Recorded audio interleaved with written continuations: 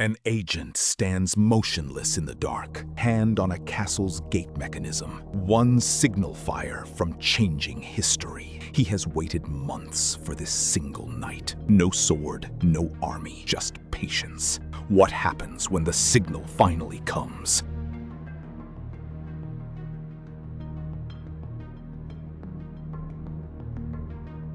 The best ninja never drew a sword.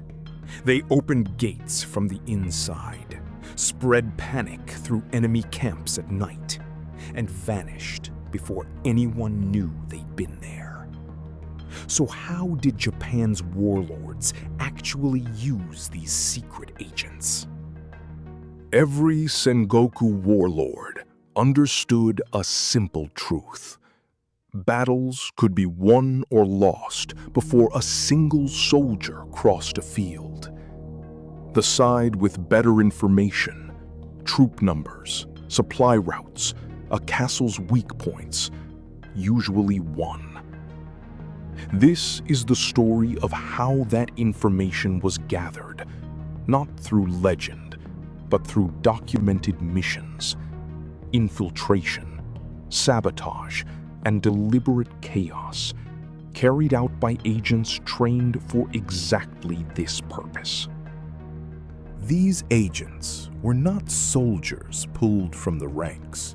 Families in Iga and Koga trained children from an early age in stealth, disguise, lockpicking, and improvised chemistry, skills passed down like a trade. By adulthood, a skilled operative could read a battlefield, forge a travel permit, and disappear into a crowd without a second glance. Daimyo paid handsomely for these skills, often more than for an equivalent number of soldiers. The most common mission was also the least dramatic: reconnaissance. An agent might spend weeks posing as a traveling merchant, mapping a castle's walls, counting sentries, and timing the changing of the guard. No weapons were drawn. The entire operation succeeded only if no one noticed anything had happened at all. Takeda Shingen built one of the most effective intelligence networks of the era, employing agents known as Suppa to scout enemy movements before his campaigns. Their reports on troop strength and terrain reportedly shaped his decisions before the battles of Kawanakajima, where information often mattered as much as swordsmanship. When reconnaissance wasn't enough, agents moved to sabotage. Records describe operatives infiltrating supply lines to spoil grain stores, disable weapons caches, or set delayed fires using slow-burning fuses timed to ignite hours after the agent had already escaped. A single successful sabotage could weaken a garrison before an army even arrived. The Later Hojo clan relied on a shinobi group said to be led by Fuma Kotaro, credited in campaign chronicles with a tactic requiring no infiltration at all: chaos. Under cover of darkness, his agents would strike an enemy camp, cut tent ropes, set fires, and vanish, leaving confused soldiers to attack each other in the dark before dawn even broke. None of this worked without specialized equipment. Agents carried compact lockpicking tools, concealed message capsules, and mixtures for starting fires without flint or spark. Every tool was designed around a single principle: leave no trace, and if discovered, leave nothing that could be traced back to who sent you. The most dangerous missions of all were infiltrations meant to open a castle from within. An agent might spend months establishing a cover identity inside the walls. As a servant, a gardener, a tradesman, waiting patiently for the single night an army outside would need the gates to fall.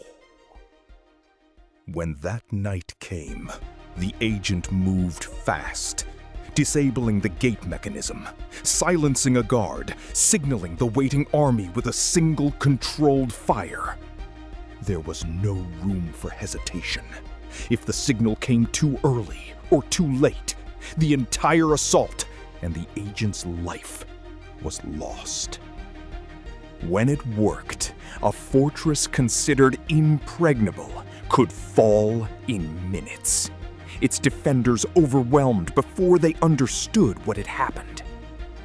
Chronicles rarely credit these operations by name. Officially, castles simply fell. The agents who made it possible were never meant to be remembered at all. A successful agent didn't celebrate.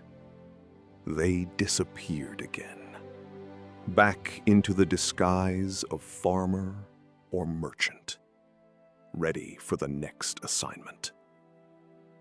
Recognition was never the goal.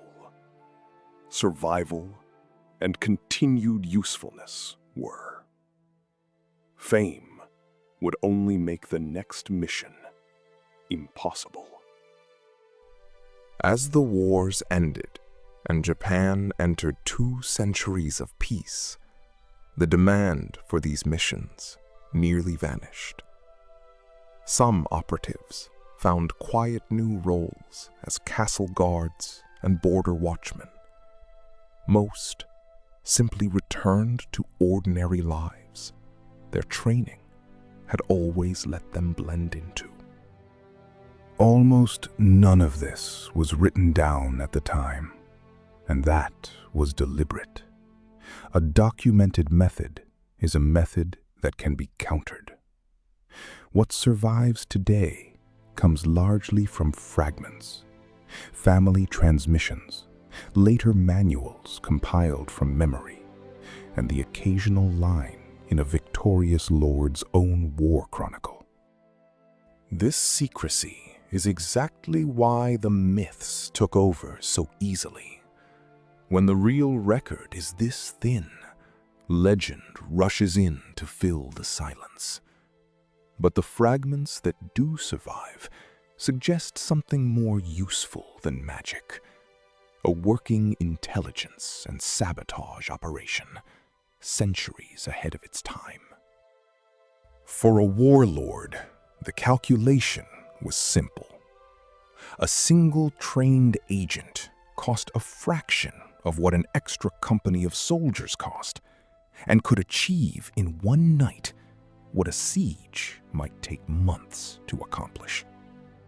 Information and sabotage were, quite literally, cheaper than war. Not every mission succeeded. Captured agents faced execution, and a botched infiltration could expose an entire network built over years. The romantic image of the unstoppable ninja ignores this reality. These were dangerous, fragile operations that failed as often as any human endeavor. Strip away the myth, and what remains is still remarkable. Ordinary people who turned patience, disguise, and precise timing into a weapon that could decide a war before the first blade was drawn. History has only recently begun to take that seriously. Next time on Samurai Chronicles, the men behind these missions paid a price. In 1581, Oda Nobunaga marched an army into their home province, determined to erase them for good. This is the story of the campaign that nearly ended the ninja forever. If the real story behind Japan's secret agents surprised you, subscribe to Samurai Chronicles. New episodes every day. The most effective weapon in Sengoku Japan, it turns out, was never seen at all.